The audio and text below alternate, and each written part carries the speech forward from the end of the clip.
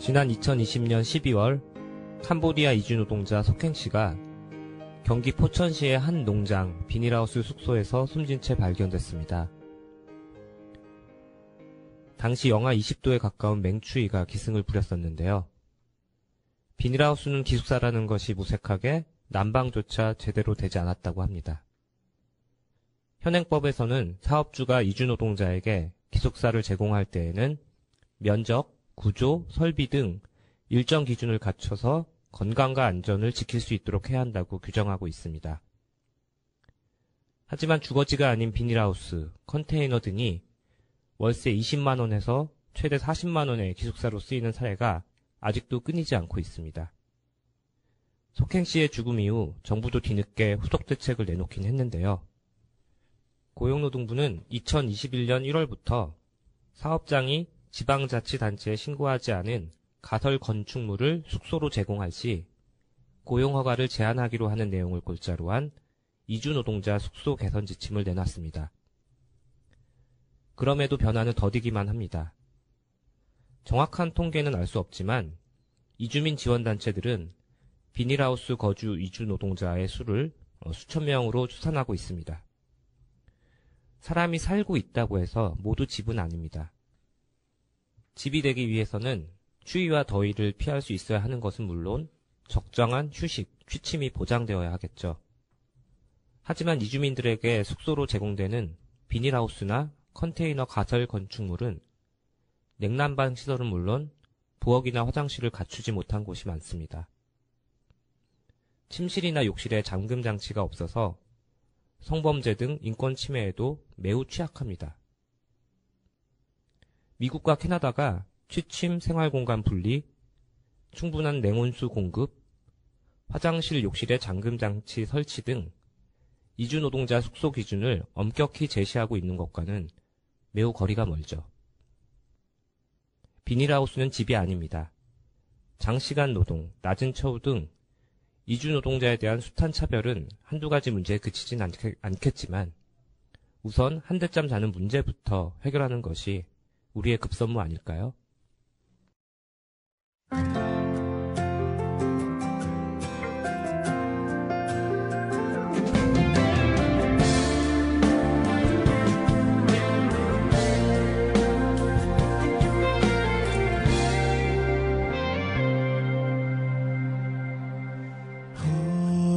오래전에 함께 듣던 노래가 발걸음을 다시 멈춰서게 이 거리에서 너를 느낄 수 있어 널 이곳에서 꼭 다시 만날 것 같아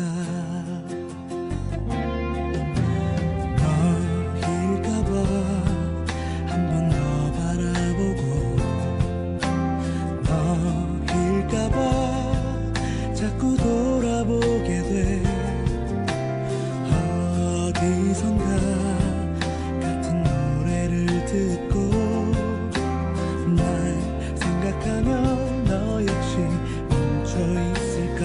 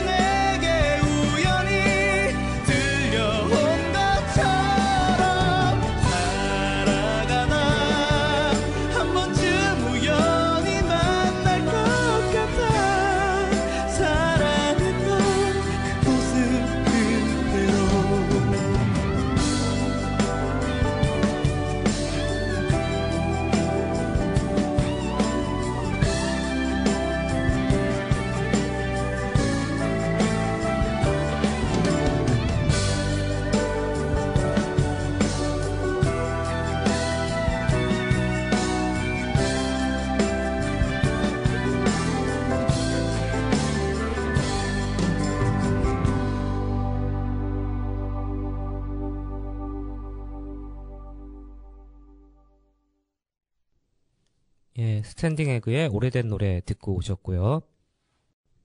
월담의 노동이 수다 오늘 방송은 한노보연의 노동자 건강권 이야기 코너로 꾸며질 예정인데요.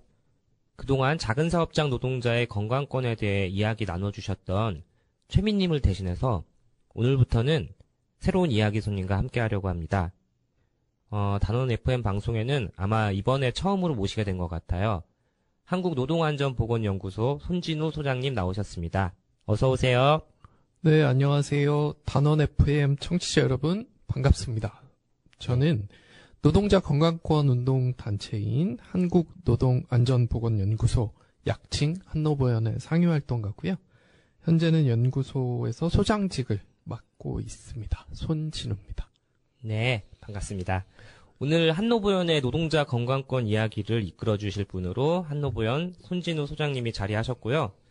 앞으로도 이 코너는 한노보연 활동가 분들이 이야기 손님으로 쭉 나와주신다고 하죠? 네, 맞습니다. 네. 그래서 오늘 제가 첫 번째 게스트로 이 자리에 나오게 됐고요. 아마 다음 이 시간에는 저희 연구소의 다른 동료분들이 함께 자리하실 것 같습니다. 아, 그렇군요. 저도 실은 여기 계신 손진우 소장님과 함께 한노보연에서 올해 초부터 상임 활동을 시작했거든요. 이 사실을 맨 먼저 청취자 여러분께 전해드렸어야 했는데 아시다시피 요즘 세태가 너무 말이 아니잖아요. 그러다 보니까 제 신상의 변화까지 말씀드리기가 좀 버거운 것도 있었던 것 같습니다. 아유, 그 정도는 단원 FM 청취자 여러분들이 아주 너그럽게 양해해 주시지 않을까 생각합니다. 네, 그렇다면 정말 다행인데. 아무튼 이야기 손님 소개를 하다가 갑자기 제 일신상 변화로 얘기를 좀 건너뛴 것 같은데요. 저희 코너에 대한 이야기로 얼른 돌아가야 할 것 같습니다. 네, 이제 본격적으로 코너를 시작해보자는 말씀이신 것 같습니다. 네, 맞습니다. 소장님, 오늘 한노보연의 노동자 건강권 이야기 코너에서 나눠주실 이야기 주제는 뭔가요? 네, 오늘은 이주 노동자의 열악한 주거 환경에 대한 이야기를 준비해봤는데요. 특히나 이주 노동자들은 농업이나 제조업 할 것 없이 대부분 사업주분들이 제공하는 숙소에서 지내고 있거든요. 네. 그런데 고용노동부나 지자체가 이런 기숙사, 숙소에 대해서 제대로 관리 감독한다고 보기 굉장히 어려운 실정입니다. 네. 그래서 결국 주거 대책의 사각지대로 밀려날 수밖에 없는 이주 노동자들의 실태. 오늘 이 시간 여러분들과 함께 들여다보려고 합니다. 네. 말씀을 듣고 보니까 안산에도 그 대규모 국가산업단지가 조성돼 있잖아요. 그리고 네. 그곳에도 굉장히 많은 이주 노동자들이 일하고 있죠. 네, 맞습니다. 아시는 분들도 계시겠지만 경기도는 고용허가제, 소위 말하는 이나임 비자로 국내에 들어온 이주 노동자들이 굉장히 많은 곳이고요. 그쵸. 이 고용허가제 이주 노동자의 90% 정도가 제조업에 종사하고 있다고 해요. 근데 전국에 많은 산업단지들이 있잖아요. 그쵸. 그 중에서도 반월시와 국가산업단지는 2만 개가 넘는 기업에 입주해 있는 데다가 고용 인원도 25만 명 가량에 달해서 전국 최대 규모라고도 합니다. 또 이주 노동자분들에게 그런 얘기를 들었었거든요. 한 10여 년 전쯤에 이주 노동자분들이 코리아라는 나라는 모르는데 안산이라는 곳은 알고 이곳에 오신다. 그러니까 지금은 케이팝 뭐 이런 것들로 이제 한국의 위상이 굉장히 높아져가지고 코리아 하면 다 아는데 과거에는 안산밖에 몰랐다고 하더라고요. 그러니까 안산에 오셔서 이제 전국으로 자신의 일터를 찾아가시는 방식이어서 이주 노동자분들에겐 가장 친숙한 도시가 안산인데 그만큼 이주 노동자들이 밀집해 있는 곳이 이곳이라고 할 수 있을 것 같습니다. 그렇군요. 저희 이제 월담 노조에서도 보통은 이제 점심시간대를 활용해서 반월 시어공단의 캠페인을 나가고 그랬거든요. 거기 나가보면은 이제 어디서든지 쉽게 이주 노동자들을 만날 수 있었던 것 같아요.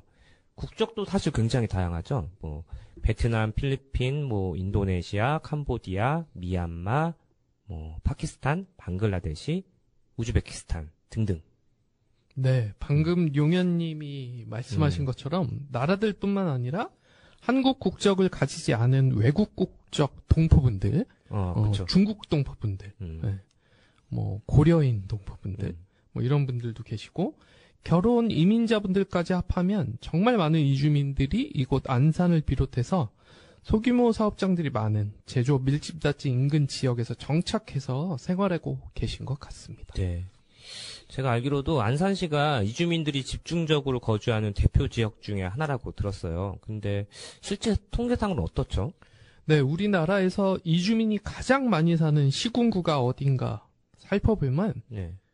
최근의 통계 지표에서도 안산이 10만 8천 명으로 1위라고 하더라고요. 네. 그 다음이 제가 거주하고 있는 화성시인데요. 화성시가 7만 6천여 명 정도 되고요. 안산시 바로 옆에 있는 시흥시가 7만 4천여 명.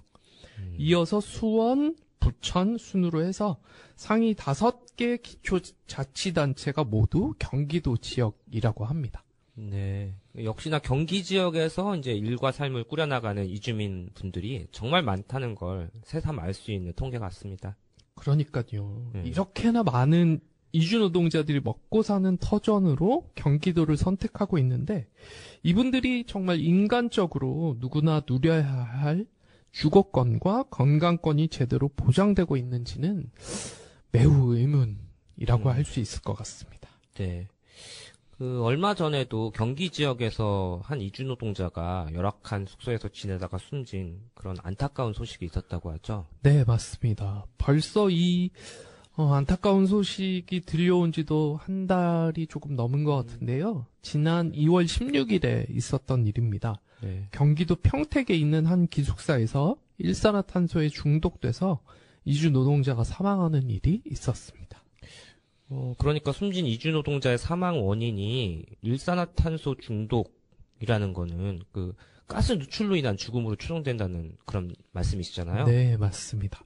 결국 사고 당시 경찰 조사에서도 기숙사 환경이 어땠는지 집중해서 살펴본 것으로 알려졌는데요. 네. 숨진 이주 노동자가 발견된 기숙사 구조가 어땠는지 보면요. 방에 창문이 하나 있었대요. 그런데 그 창문을 열면 보일러실이 있는 베란다로 통하는 구조였다고 합니다. 결국 환기가 제대로 이루어지지 않았을 가능성이 굉장히 높다고 볼 수 있는 거죠. 정말 그렇겠네요. 그러니까 보통 이제 우리가 창문이 있는 그런 방, 집이라고 하면 그 창을 열면 이제 환기가 되는, 그러니까 바깥으로 통하는 이제 그런 구조여야 되는데 여기는 이제 그런 구조가 아니라 창문을 바로 열면은 보일러실과 면하는 그런 구조라고 하니까 환기가 제대로 안 됐을 가능성이 매우 높고, 그러니까 이런 게 만약에 이제 보일러 안전 점검이라든지 뭐 가스가 누출되는지 이런 것들을 예방 감시하는 시스템이 제대로 된 집에 갖춰졌을 거잖아요. 근데 그런 게 아마 없었기 때문에 이런 불행한 일이 벌어진 게 아닐까 싶은데요.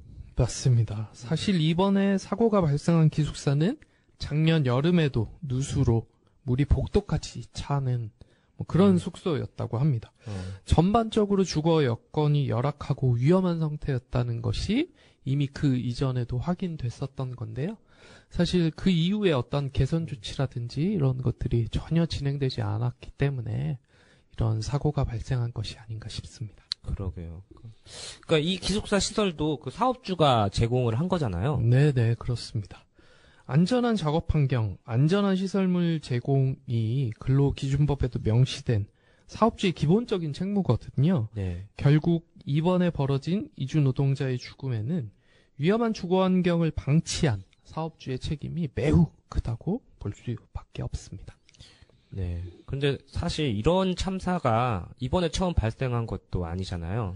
네, 맞습니다. 사실 우리를 더욱 참담하고 분노하게 하는 건 이런 일이 말씀하신 것처럼 계속해서 정말 뭐라고 해야 될까요?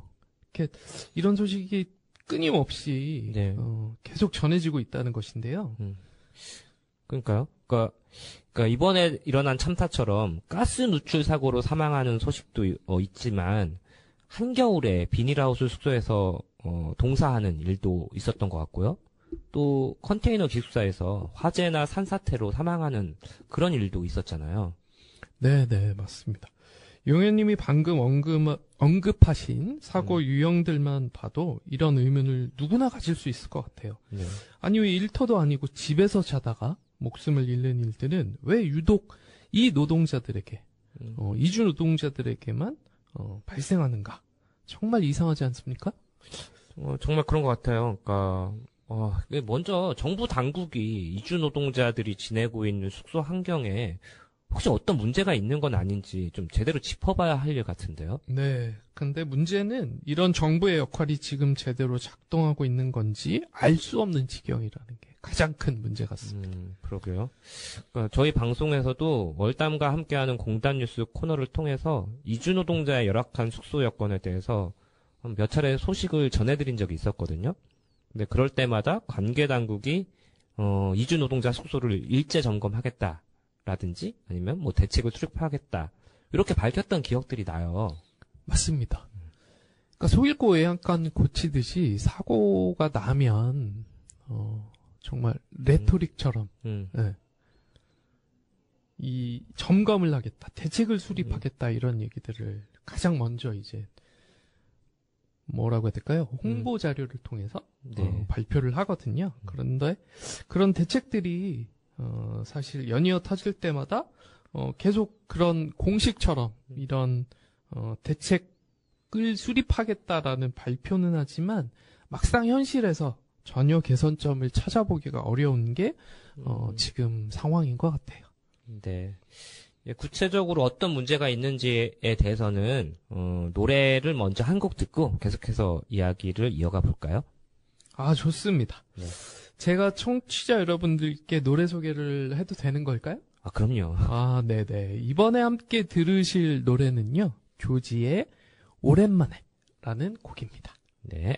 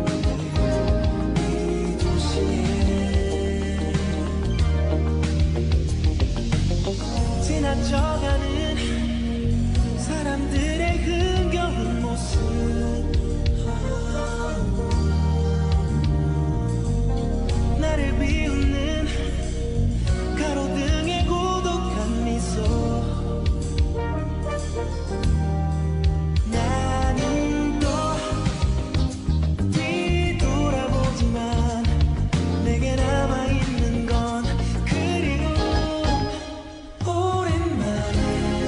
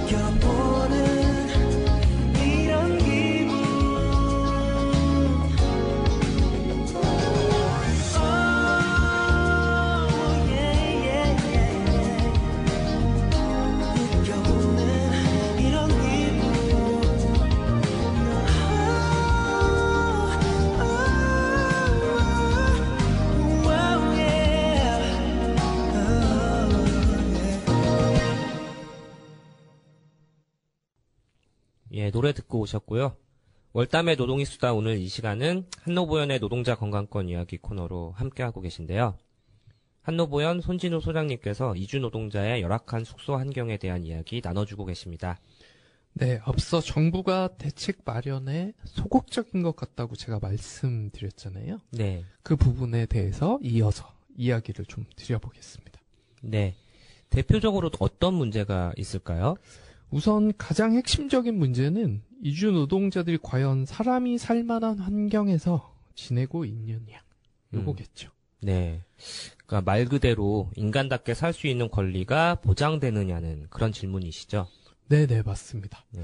그걸 우리는 주거권이라고 부르잖아요. 네. 주거권이라는 단어가 헌법에 정확하게 명시된 것은 아니지만 쾌적하고 안전한 환경에서 주거 생활을 할 권리라고 하는 건 인간의 존엄성을 보장하기 위해서 누구나 누려야 할 기본권이잖아요. 네, 네. 그러니까 사람으로 존재하는데, 그러니까 삶을 영위해 나가는 데 있어서 뭐 다들 뭐 상식적으로 인정되는 부분이겠지만 의식주라고 하는 건 빼놓을 수가 없잖아요. 네, 맞습니다. 인간다운 생활을 위한 기본권에서 이주 노동자라고 해서 기본권의 예외일 수는 없다라는 거죠. 그러게요. 제가 알기로도 2022년이었나요? 그때 국가인권위원회가 농업 이주 노동자의 생존권과 주거권 보장을 위해서 고용노동부 장관한테 권고를 내렸던 기억이 나거든요. 그때 권고 사항으로 이주 노동자 주거 환경 실태를 조사하고 합리적인 숙식비 기준을 마련하라는 등의 그런 내용을 포함하고 있었거든요. 네, 정확히 기억하시네요. 물론 이게 농업 이주 노동자를 대상으로 한 국가인권위원회 권고였지만 사실 제조업에 종사하는 이주 노동자들이라고 해서 특별히 더 나을 게 없는 상황이거든요. 네. 사실 농업이든 제조업이든 이주 노동자들이 어느 업종에서 일하느냐랑 무관하게 네.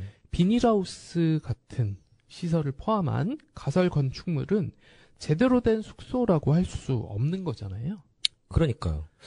그런데도 현실은 뭐 고용노동부라든지 관할 지자체에서는 뭐 냉난방이나 화장실, 샤워장 같은 위생시설이 제대로 갖춰지지도 않은 그런 임시 가건물을 여전히 이주노동자의 숙소로 인정해주는 경우가 많다고 들었어요. 네, 맞습니다.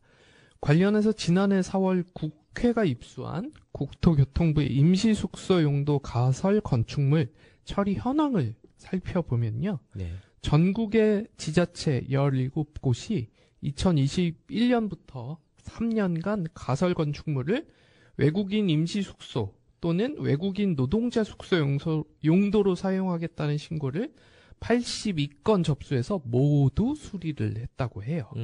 그러니까 신고를 받으면 다 받아들여 준다는 거죠. 그러니까 임시 가건물을 불허하거나 반려한 사례는 한 건도 없었다는 겁니다.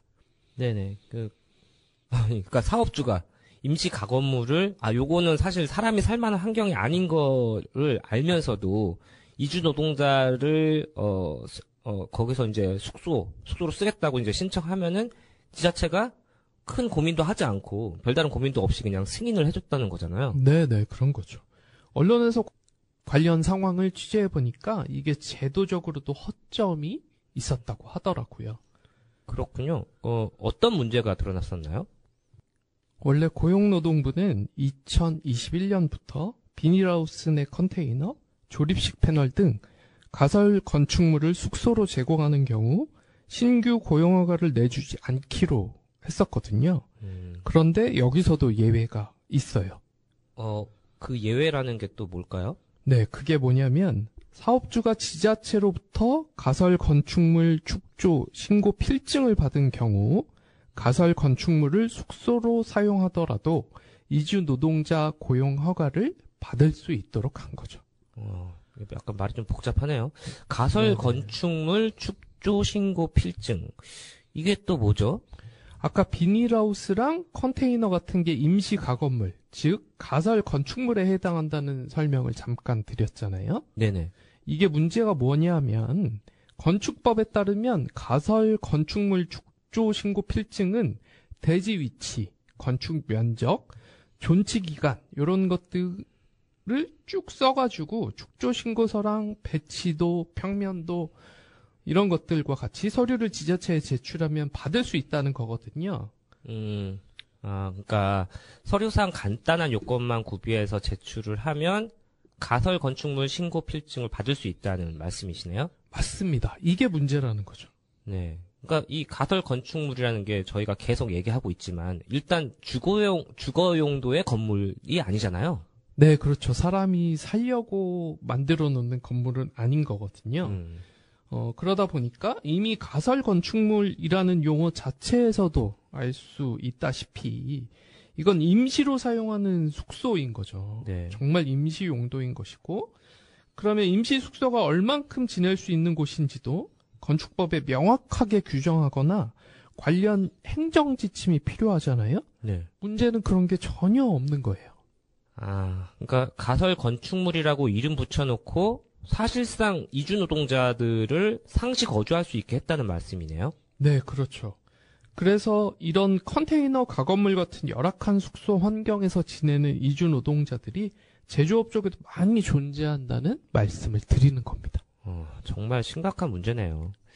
그러면 제조업에 종사하는 이주 노동자 중에서 숙소 문제로 사업장 변경을 신청한다는 거는 현실적으로 아주 어려울 수도 있겠네요. 네, 아마도 그런 상황이 지속되는 것 같습니다. 관련해서 재작년 10월에 이주노조의 세갈마문 부위원장님이 네. 한 언론과 인터뷰를 진행하셨거든요. 네. 그 인터뷰에서 하셨던 말씀을 잠시 소개하자면, 농장 비닐하우스 기숙사는 농지법 위반으로 사업장 변경이 조금 수월해졌지만 공장 내 컨테이너 기숙사는 여전히 사각지대다라고 지적을 해주셨어요. 그 정말 좀 안타깝고 답답한 그런 노릇인데요. 어떻게 해야 이 문제를 해결할 수 있을까요? 일단은 고용노동부라든지 지자체라든지 이런 관계 당국부터 책임을 통감해야 할 것 같습니다. 비인간적인 기숙사가 사회적으로 꾸준히 지적을 받고 있는데 대부분 지역에 여전히 관리감독 기반조차 마련되지 않아 있기도 하거든요. 그러니까 이런 여러 허점들이 존재하는 것 같습니다. 그러니까 관계 당국이 책임 있게 이주 노동자 주거권 대책을 마련할 수 있도록 이주 인권 단체나 지역사회에서도 계속해서 목소리를 내야 할 것 같은데요. 네, 맞습니다. 지금 그런 활동들이 경기 지역에서는 경기 이주 평등 연대라는 지역에 여러 단체들이 함께 모여가지고 이주민, 이주 노동자들의 문제에 대해서 같이 대응하는 단체를 구성했는데요. 지역사회에서도 하나하나 이렇게 이제 조금씩 만들어가고 있는 중이라고 소개해드릴 수 있을 것 같습니다. 네, 경기 이주평등연대라고 하는 그런 연대체를 최근에 만들어서 활동하고 계신다는 그런 소개하셨는데요. 그러면 구체적으로 어떤 활동들을 진행하고 계신지 그것도 한번 좀 말씀해 주시면 좋을 것 같아요. 지난 1월 13일부터 경기 이주평등연대에서는 2020년 12월 경기도 포천 한 농장 비닐하우스에서 얼어 죽은 이주 여성 노동자 속행 씨의 사망 사건 이후에도 사실 전혀 바뀐 게 없거든요. 그런 전혀 바뀌지 않은 비닐하우스를 포함한 임시 가설 건축물, 이주 노동자 숙소 문제에 주목하면서 서명운동을 진행해 왔어요. 이 서명운동은 이주 노동자들이 따뜻하고 안전한 공간에서 살아갈 수 있도록 경기도와 고용노동부를 비롯해서 사회적으로 촉구하는 내용이었고요. 여기에 1만여 명의 시민들이 참여해 주셨습니다. 굉장히 많은 분들이 서명운동에 동참해 주셨군요. 이분들 한 분 한 분의 이야기가 무척이나 소중하겠지만 혹시 그 중에서도 가장 기억에 남는 그런 메시지들이 있다면 이 자리를 통해서 좀 소개해 주실 수 있을까요? 네, 물론이죠. 경기도에서 살아가는 이주 노동자들이 자기 나라 언어로 서명을 남기기도 하셨거든요. 사실 이 캠페인을 진행하면서 정주민, 그러니까 한국 국적을 가진 분들을 우선 대상으로 해서 사실 서명을 진행했는데 저희가 서명을 진행하다 보니까 못 알아듣겠는 언어로 막 이렇게 들어온 거예요. 그래가지고 그 서명 중에 일부를 이제 컴퓨터에서 마우스로 드래그를 해가지고 챗GPT 같은 데 이제 넣었더니 저희들이 전혀 몰랐던 얘기들이 이제 올라왔던 거죠. 예를 들어서 안전하지 못한 이주 노동자들의 생명을 구해주세요. 이런 얘기도 있었고요. 이주 노동자들은 야생동물과 같은 대우를 받고 있습니다. 라는 메시지를 남기시기도 하셨습니다. 그러니까 한국 사회가 얼마나 이주 노동자들에게, 이주민들에게 잔인한 곳인지 고스란히 그분들이 생생한 자기 언어로 표현을 해주셨다고 생각합니다. 예. 방금 손진호 소장님이 소개해 주신 것처럼 당사자인 이주 노동자를 비롯해서 경기도에서 살아가는 많은 시민들이 직접 서명과 함께 남겨주신 글들을 통해서 인간다운 숙소를 위한 정부의 제대로 된 역할을 강력하게 요청하고 있는 것 같습니다. 고용노동부와 경기도 등 관련 지자체는 이주 노동자의 열악한 주거 현실을 더 이상 외면하거나 방치해서는 안 되겠습니다. 네, 오늘 한노보연 손진우 소장님과 함께 한노보연의 노동자 건강권 이야기를 나눠봤는데요. 노동자 건강권 이야기 마무리하는 멘트를 소장님께 마지막으로 부탁드리겠습니다. 네, 마지막 멘트라니 아쉽긴 합니다. 네, 다음에도 꼭 초대해 주시길 그럼요. 네, 부탁드리겠고요. 네, 사회가 이주민과 이주 노동자의 건강권을 보장하는 건 이들의 건강 증진뿐만 아니라 사회 전체의 건강성을 높이는 데 기여한다고 저는 생각합니다. 즉, 이 문제를 어떻게 인식하고 접근하는지에 따라서 그 사회의 건강성의 척도가 달라질 수 있다고 말씀드리는 것인데요. 오늘 저희 이야기 들어주신 모든 분들이 함께 비닐하우스는 집이 아니다. 컨테이너는 집이 아니다. 이주 노동자들, 우리가 초대한 노동자들을 어떻게 환대하고 맞이할 것인가에 대해서 함께 생각해보는 시간이었으면 좋겠다는 말씀을 드리면서 네, 제 이야기는 마무리하겠습니다. 네, 감사합니다. 이주 노동자들을 한국 사회에서 함께 살아가는 이주 노동자들의 건강권과 주거권 보장을 위해서 우리가 함께 노력해야겠습니다. 마지막으로 손진호 소장님 보내드리면서 노래 한 곡 더 듣고 오늘 순서를 마무리하도록 하겠습니다. 마이클 부블레의 키싱 어 풀 듣겠습니다.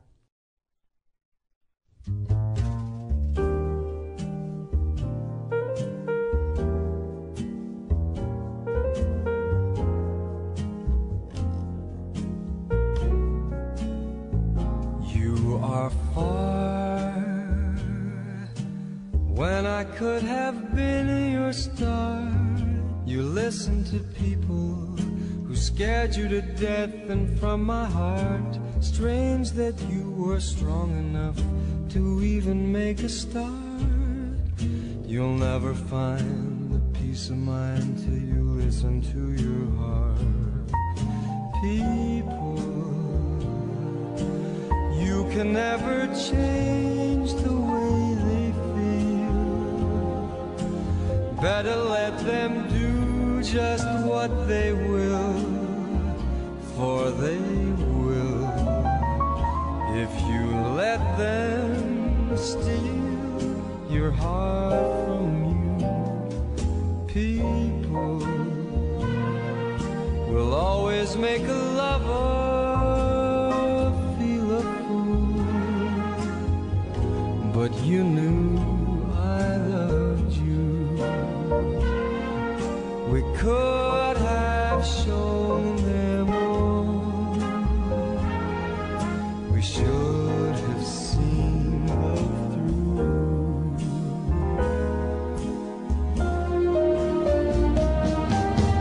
Fooled me with the tears in your eyes, covered me with kisses and lies. So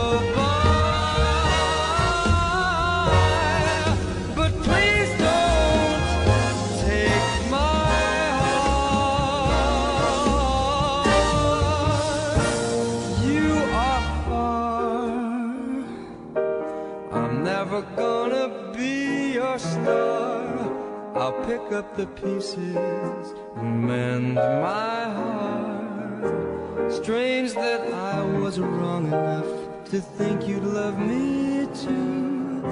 You must have been kissing a fool. I said you must have been a kissing a fool.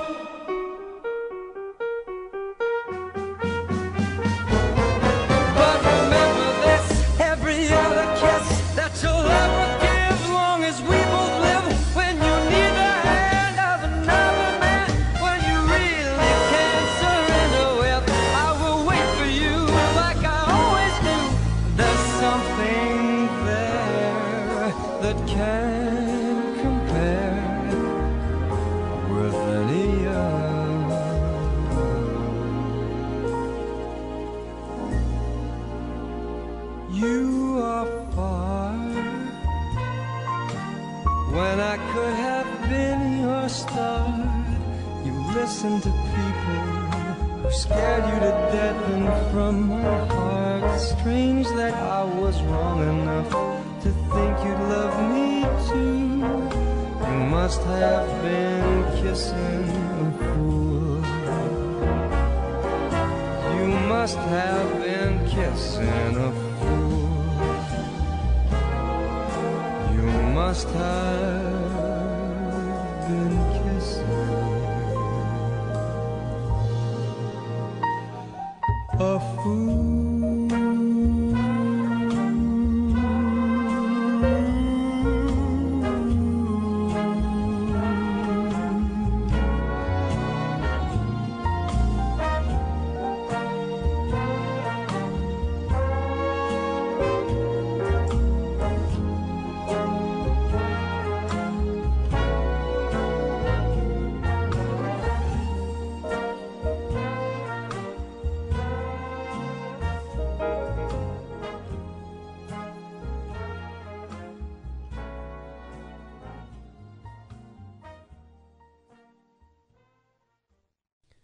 월담의 노동의 수다 60회 방송, 이번 순서는 월담과 함께하는 공단 뉴스 코너인데요. 공단 뉴스 코너를 변함없이 이끌어주셨던 월담 노조의 이미숙 님이 오늘은 일정상 아쉽게도 자리에 함께하지 못하셨어요. 그래서 좀 어색하긴 하지만 이번 공단 뉴스는 저 혼자서 진행을 해볼까 합니다. 비록 10분 남짓한 코너 진행이긴 해도 이렇게 단독으로 여러분께 공단 뉴스 소식을 전해드리는 건 제 기억으로는 저희 방송 역사상 아마 처음 있는 일이 아닌가 싶습니다. 아무튼 저 혼자서 청취자 여러분께 공단 뉴스를 전한다는 건 일부러 계획한 건 아니긴 하지만 나름 신선한 시도인 것 같은데요. 월담노조 이미숙님 없이 저 혼자서는 아무래도 좀 버거울 수도 있어서 오늘은 짧고 굵게 2가지 이슈만 준비해 보았습니다. 그럼 첫 번째 소식부터 전해드릴게요. 단원 FM 청취자 여러분은 혹시 시간제 일자리라고 들어보셨나요? 시간제 일자리가 영어로는 파트타임 잡이라고 부르잖아요. 그러니까 풀타임 잡, 전일제 일자리에 반대되는 개념으로 생각하시면 아마 이해하기가 더 쉬우실 것 같습니다. 그런데 얼마 전 한국노동연구원이 펴낸 2024년 비정규직 노동시장의 특징이라는 보고서에 따르면 2024년 신규 시간제 비정규직 노동자의 50%가 시간당 최저임금을 받지 못한 것으로 파악됐습니다. 이것은 시간제 일자리의 상당수가 60세 이상 여성이 포함된 일자리의 영향 때문으로 분석하고 있는데요. 결국 여성 노인 일자리 자체가 최저임금 미만의 일자리로 채워진 탓으로 풀이됩니다. 더 문제는 이러한 시간제 일자리가 증가하고 있다는 것입니다. 2024년 8월 기준 비정규직은 전년 동월 대비 33만 7천 명이 증가한 845만 7천 명에 이릅니다. 이 중 시간제는 전년 동기 대비 38만 3천 명이 늘어서 425만 6천 명을 기록했습니다. 비정규직에서 차지하는 비중이 50.3%나 됩니다. 여기에 60세 이상 고령 여성 노동자가 상당수 포함됐을 것으로 추정되고 있고요. 이들 중 절반이 최저임금 미만으로 임금을 받고 있다는 것입니다. 보고서에서는 시간제 비정규직 노동자의 50.4%가 국민연금에 가입하지 않고 있다는 점에도 주목했습니다. 임금 수준도 낮은 상황에서 사회 안전망의 바깥에 머물고 있다는 것인데요. 이는 결국 노인 빈곤율의 증가로 이어질 수밖에 없다는 의미이기도 합니다. 60세 이후에도 노동해야 하는 이유는 대부분 경제적 어려움 때문이겠죠. 그러나 노동시장은 이들을 저임금과 시간제 노동자로 내몰고 있습니다. 공적 연금에서 보호받지 못하는 상황에서 노동시장에서도 착취당하는, 한마디로 이중고를 겪고 있는 셈이죠. 사회적으로 이들을 저임금과 불안정 노동으로 몰아넣는 이런 구조를 바꿔내고 노동권 보호와 노후소득 보장 정책을 강화하는 것이 아무래도 절실해 보입니다. 자, 이어서 두 번째 공단 뉴스인데요. 경기도 안산에 있는 강판 제조업체 노동자들이 공장장의 폭행과 폭언 등 직장 내 괴롭힘에 견디다 못해서 노동조합을 결성했다는 소식입니다. 최근 이 사업장 노동자 10여 명은 민주노총 금속노조에 가입하고 직장 내 괴롭힘에 대해 고용노동부에 특별 근로감독을 요구했습니다. 신고한 노동자들에 따르면 A 사업장 공장장은 툭하면 직원들의 정강이를 걷어차거나 박치기를 하면서 대가리는 뭐하러 달고 다니냐, 눈깔은 뒀다가 뭐하냐는 등의 막말을 해왔다고 합니다. 특히 여성 노동자들에게는 데이트하러 가자, 나는 아가씨 옆에 앉아야지 라는 등의 성희롱도 일삼았습니다. 정년 후 재고용된 60대 노동자에게는 여기가 노인네 거주는 요양원이냐, 나이 먹었으면 산에나 가지 왜 출근했냐는 등의 말도 서슴지 않았습니다. 이 같은 상황을 더는 참을 수 없었던 노동자들은 올해 1월 회사의 해당 공장장을 괴롭힘으로 신고했지만 감봉 3개월 처분에 그쳤고 그마저도 실제 감봉은 이루어지지 않은 것으로 의심된다고 합니다. 2019년 직장 내 괴롭힘을 금지하는 법이 시행됐지만 여전히 많은 일터에서 노동자의 인권은 쉽게 무시됩니다. 까라면 까야 하는 전근대적이고 수직적인 직장 질서가 아직도 버젓이 활개를 치고 사용자들은 노동자를 작업 라인 속 하나의 기계 부속품처럼 여깁니다.